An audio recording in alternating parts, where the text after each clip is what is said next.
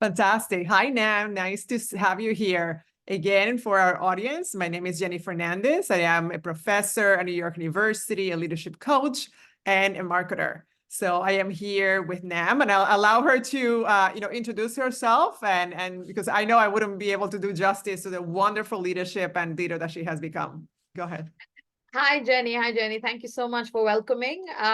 It's great. It's great to be here, and I'm very, very happy to spend the next few minutes with you talking about leadership. So I am a chief product officer, and I've been working in product leadership for more than 15 years now. I also lead Women in Product, which you can see behind me. That's my community for female product leaders and managers. And I also lead CPO Track, which is the leadership brand for again, product leaders and executives, and it's unisex, it's for all genders. Both the communities are very popular. It's quite new, but it's grown. Actually, it's exploded, I should say, in popularity in the last kind of 6 months' time. So that's all great. And I also sit on a few boards here in the UK. And yeah, it's good. It's nice and sunny here today in London, actually, for a change. So I'm very, very excited to be here. No, fantastic. But actually, we here in New York have a bit of a cloudy situation, so very different. I'll send you some sun. I'll send you some Yes. sunlight. Oh, fantastic, Nam. And yeah, so based on your experience, one of the topics that I think really resonated with me is your ability to really leverage collaboration in order to increase your impact. So if I may ask you, how do you foster a collaborative approach within your team and both externally in order to really amplify your reach and impact? I think that's a great question, first of all. I think collaboration became a big theme. I mean, it's important for any leader. But I think during 2020, I remember during the pandemic when there was lockdown, and all of a sudden, from people like myself who used to go office every day, all of a sudden we were locked at home, and we just had our laptops basically, and communication with the team, especially if you're leading a global team, global cultures. It became quite challenging. So I would say, that was a great learning year, I think, for most of us, in terms of team collaboration and team building remotely, in a virtual environment.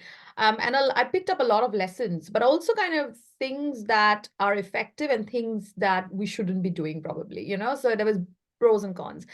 So I would say as collaboration, I mean, I think as a leader, being present is very important, being available is very important, and being able to kind of foster, that same spirit of being present and, being available. Like I practice an open door policy, as I say.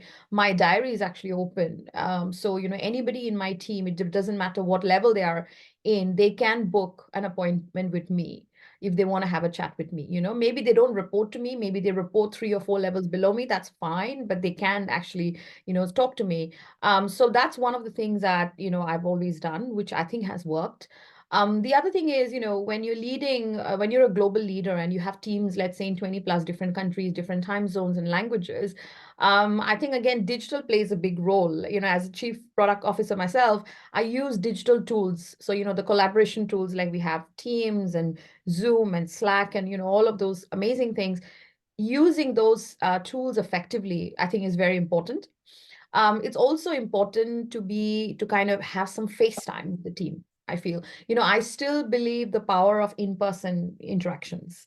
I think digital can only do too much, so much. I think beyond a certain point, you still have to meet that person at some point, So I feel like, again, whenever I have led teams, I've really believed in the power of collaboration in person, face to face. So, I've had like quarterly team days, with various teams. I've also had like summer parties, Christmas, but I really strongly believe in those things, because it's not because it's a social event, but also because it's a time where I feel like team members can be really a bit laid back about themselves. They can be real. They don't have to talk about work, not necessarily. They can talk about their favorite sport. They can even talk about favorite movies or whatever. And I think real magic happens when people stop talking about work for a bit and start talking about life in general. So I feel like those are little things that I have done to collaborate, to kind of instigate that the spirit of collaboration within the team.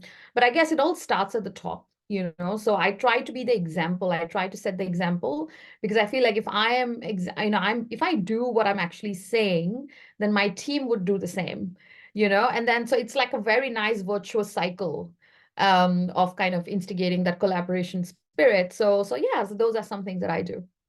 No, thank you so much. And I love what you bring up, and you have a lot of great points. Kind of what gravitated for me was you're talking about really getting to know people as people. So, Yeah, right, they need to show up as their whole self. So, building trust starts with understanding and knowing the yeah, person. Who are they at home? Who are they outside of work? Because then you then look to negotiate and resolve conflicts in a constructive way versus seeing them as somebody who is obstructing what you're looking to do. So I think that that is really great. And actually, I just wrote an article for Harvard Business Review on collaboration, especially when leaders become territorial. So yes, when you're trying to protect your own yeah, and your team, then that derails collaboration, but it's harming you as well yeah. because you are limiting your impact. So I really appreciate basically the culture that you're looking to create within your teams as well. Thank you. No, fantastic. And then you brought up a great point. All of us, with the pandemic back in 2020, and frankly, with the downturn and so many things that have Yeah, happened since then, have gone through many, many times yeah. where we needed to become more resilient, where we needed to manage challenges. So I would love for you to share with us, maybe one experience where your resilience and how you approach the situation really helped you basically navigate the uncertainty and really influence the outcome in a positive way. Yeah, no, that's a great question again. And I think the time where, I mean, since 2020, I think we've had, like, every year has been surprising in different ways, right? So I think 2020 we had a lot of surprises. 2021 the markets were up. Was also quite unnaturally up in many ways, and then 2022 things kind of started looking bad, and 23 was, again, very challenging year last year, right? So I think every year has been very difficult from a business perspective, but also personally around us. I mean, there's wars going on. There is a sense of, instability. And I would say that in all of this craziness, I think our resilience is what kind of takes us Yeah. forward, and it doesn't just allow us to survive, but also thrive, I would say. And I'd love to thrive, not just survive, that's what I always say. So I would say for me, resilience was, again, I think going back to that between 2020, 21, when, I was at the time we were working in organizations where, it was a lot of like long working hours, I was working in healthcare. So, it was tough times, I would say, in terms of, in a good way. It was very busy. That's why we were all working, long hours and stuff.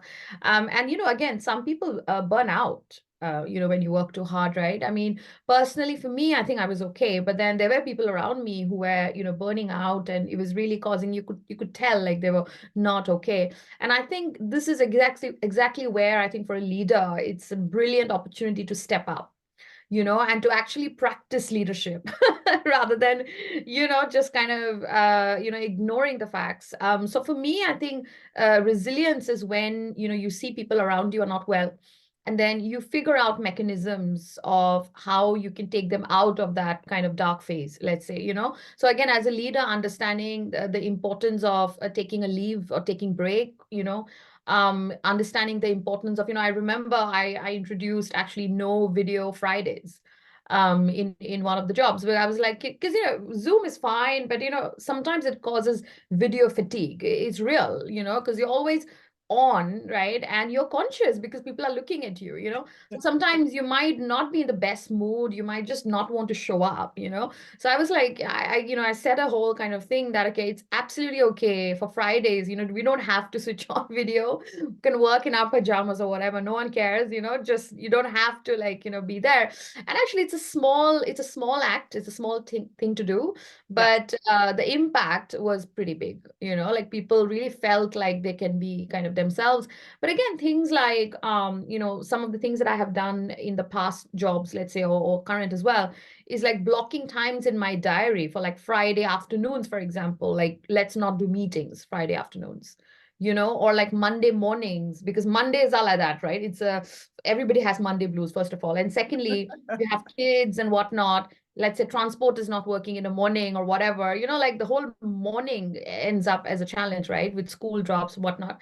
So it's like morning, first few hours, like no meetings. Friday, let's block the afternoon. So like these kind of little things, it just kind of makes your diary a bit easier. But I think it has an impact on people. And also, the prioritization ultimately, when it comes to different projects that people are doing, as a leader, I think the least I can do is understand the kind of struggle that people are going through, or if they are working extra hours. And if people are constantly overworking, clearly we are not prioritizing well. So for me, that's the secret sauce. Do we need to do these 5 things this month? Can Yes. we take away 2? Can we just focus on those 3 things that's going to move the metrics? So for me, I like to do less. So let's do less, but do them perfectly, like do them well. I think that has more power than doing 10 things, but then doing 10 things badly. And as a result, none of those 10 things are actually moving the metrics for the company. So for me, it's always less is more. Like I keep saying that all the time. So for me, it's these kind of little practices that I have, I've done over the years. And so far, the results have been really good. Yeah, no, thank you. Again, I think what you have, what you're creating is this way for you to lead by example. So you as a leader, again, showing them what leadership looks like and what to be resilient looks like by, again, setting the right prioritization, setting the right cultural norms, and basically following them. Because many times, we see leaders who establish certain norms, but then they break them. So No, nobody absolutely. so nobody feels safe taking, the Friday, pajama kind of, no video day. So I think that's just really fantastic. And I love the other point that you also mentioned, which is this idea of leader versus manager, because a leader truly understands, again, the person and how to inspire them, especially when they're going through potentially burnout, which, if not addressed, may lead to bigger problems for the company, because then they may want to leave since it is just not sustainable. So I really appreciate that, because as you mentioned, we have gone through 4 years of very challenging times. Yes. Absolutely. And for me, it's like, again, I'm very close to people that I have managed, or people who I have, hired in the past. And, I have had circumstances that, my ex teammate members, let's say, after so many years would reach out to me to give a piece of good news all of a Yeah. sudden, and I would be like, oh, you just, you remembered me. Like, yeah, actually, you're the first person to know. I was like, oh my God, and I would have managed this person like 5, 6 years ago. So I've had those kind of amazing moments, where you kind of remember those moments, and that Yes. kind of makes you realize I might have done something right in my leadership journey. No, fantastic. Hey, that is the real life feedback that, they got it, and they got it, and it really made an impact. So that's great. Congratulations.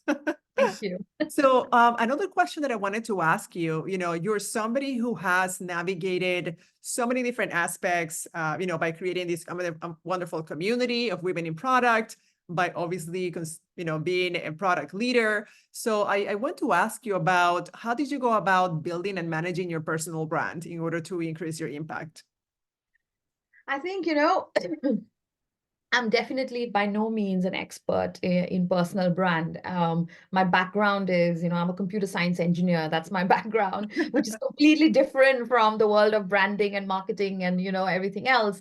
And of course, I've done my MBA as well, but I've always been a very digital first individual. So I think because of that, I'm very, I'm very curious, first of all. And second thing is, I'm very aware of different digital platforms and digital channels.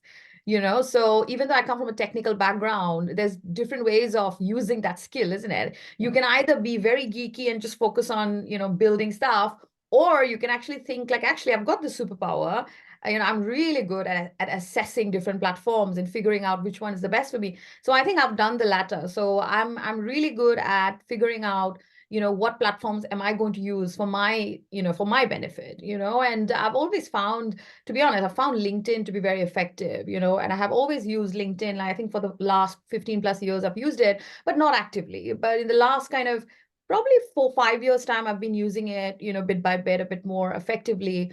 But I've always made great connections, when I go to a networking event, and I went to an event last night, met some amazing investors, and executives, and I made sure that I add them on LinkedIn so that I don't forget. So these are little things that I do, but also, so that's more about building connections. Now, personal brand is very much for, it's related, it's interrelated, these things, right? Because my mentor, one of my mentors in the past, and she said to me that your personal brand is basically what people talk about you when you're not there. Yes. So it's, you shouldn't be explaining your personal brand to people, because that's not right. That means that's not working. Basically, it is something where people should talk the way people talk about you when you're not in the room. I think that is what ultimately your personal brand is. And your personal brand needs to be influenced by your values ultimately. Yes. So for me, like, my value is always, collaboration, community, helping each other, being like ambitious, thinking big, growth. Like, these are my values. And I feel like you can achieve all of these things, a lot of these things, by the power of community. The collective power, I feel, is very strong. So that's the reason I ended up building a number of communities, throughout my career. And most of them have been successful because I did not build the communities for a certain goal. I built it because I just like building it. It's not a job for me. Yeah. I'm not a community manager. I've never been. And I don't do these things, or I don't build these things to hit certain metrics, Yes. or to achieve certain goals at the end of the week or end of the month. Right? I don't have any KPIs for these communities, honestly. And people do ask me actually about KPIs. Like, have you set yourself certain KPIs for these communities? I'm like, no. For me, like, the biggest KPI for me is feedback.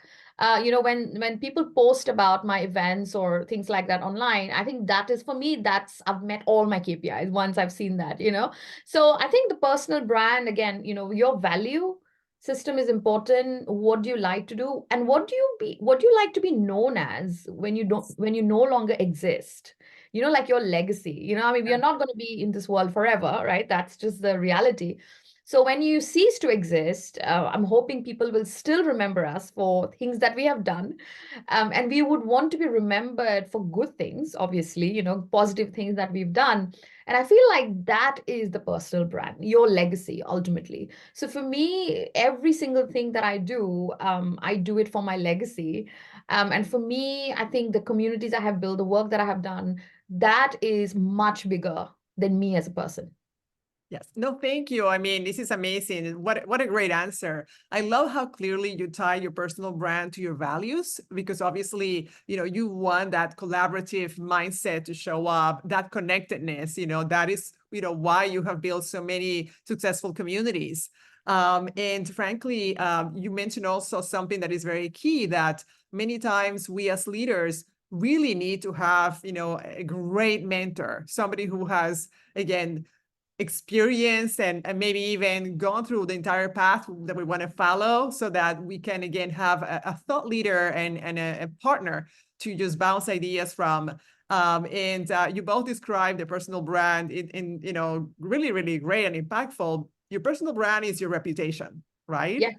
Right? So what are people saying about you? And if once you find out what are they saying about you doesn't fit your values, then you have some work to do. So I think it's great for all of us to, if we don't currently work on our personal brand, I think it's a great, assessment, as you shared, for Yeah. us to understand what is our reputation. And if is that how we want to be known? And if not, what do we need to do to create the right narrative so that people are, again, describing us and we're leaving the right legacy? So that's fantastic. Thank you. Thank you so much. And then one last question that I have for you. I mean, we're basically at the beginning of the year, January 2024. And as basically as a brand leader, as a product leader, I would love to hear your prediction in terms of how do you see leadership evolving in the next maybe 3 to 5 years, especially as we're going through another pivot moment with the onset of AI and how AI is going to change the way we work, live, and play. That's my favorite question. I think there's so much changing with tech, with just a very unstable, a volatile environment, I would say, and so much more. I think as leaders, the number one thing I would say for a leader is to be aware. I think awareness is very important. And awareness, you could relate that with new technologies as well. Just by saying that, okay, I'm not a technical person, I don't know what's AI, that's not enough anymore. You could be a leader from, I don't know, a very different background. Maybe you're from the arts background, or something completely different. But I don't think you can get away by just saying that, oh, I'm from a different background, I don't care about AI. I don't think you can say that anymore. So I think awareness of what's happening around you is very important. To have that knowledge, I think, is important. You don't have to be an expert. You don't need to do AI or build AI models. No one's expecting that. But you at least need to know what it is, what it does, what are the benefits, but I think most importantly, what are the risks of AI as Yes. well? It's very powerful, so it is risky as well. So I think number one is awareness. Number two, I would say, is presence. It's something that I've said, at the beginning as well. Be present, Yes. be in the room when you're with your team. It's exactly how what we say about, being with the family. It's the same thing, right? If you're with your team and you have a team day out or a team offsite or whatever, be with them, talk to them. You don't have to talk about projects. Talk about your holiday, talk about your kids, I don't know, your pets or whatever it is, right? But be with the team, and be fully like your whole self, as they say, right? Do not be there and just play with the phone just because you're like, oh, somebody forced me to be in this room now. I need Yes. to be, and because it shows, people can see it. So I think being present is the number two thing. And I think number three, I would say, is being grounded and being hands-on. I think hands-on leadership is the future. Yes. And your question was like the next 3 to 5 years, let's say. I think hands-on leadership is here to stay. Leaders do not, I don't think, if you want to be known as an amazing leader who people really want to follow, you cannot just sit on a pedestal Yeah. completely disengaged and far away from the rest of the business or rest of the team. You can't do that anymore, because again, people can see it, right? So you need to be hands-on, and again, you need to be grounded as a leader. You need to be humble, you need to be grateful, and you need to say it. Just thinking about Yes. it is not enough. You know what I mean? Like, I've met amazing leaders, in my whole career. I've had amazing managers, amazing leaders I've met, who think really well actually about people around them, but they don't express it. They don't say it, and I'm like, say it. It's exactly when we say, if you love someone, tell them you love them. It's exactly the same. If you care about your team, tell them you care Yes. about them. Do not just keep it to yourself, right? So I would say these are the three things that ultimately would define leadership in the next 3 to 5 years. Thank you so much. I mean, what that resonates with me a lot because, first you talked about obviously everyone in every field needs to understand the trends with AI. Yeah. It's not enough just to say, I am not a technical person. Yeah. And you really need to understand, well, what is the potential impact that it could Yeah. have in your industry? Just know so that then you have the ability Correct. to influence. Yeah. Absolutely. Otherwise, you're just waiting like a sitting duck for it to impact you, and that we want to be ready. Yeah. So I think that is so impactful, and I really love basically your kind of second and third, which you mentioned. As a leader, we need to show up as humans. Yeah. Especially now with AI automating everything. The greatest value that we Yeah. bring as leaders is our humanity, and being present, giving feedback, really seeing again, building that connection with the other Yeah. person, with our team is essential. Because right now, as you know, we're going through so many complex issues with multi-generational workspaces, Yeah. remote working, that it really doesn't, building the connection really will help create that loyalty, create the culture where we're Yeah. going to be successful. No, absolutely. And people can see it, and I feel like connections are forever. You will still be friends with people who worked with 10, 20 years ago. You know what I mean? And you might actually have forgotten where you worked or what you did, but you will remember those conversations you've had with them. You know what I mean? So I think Yes. those things ultimately, they live forever and they outlive you, which is the beauty. No, fantastic.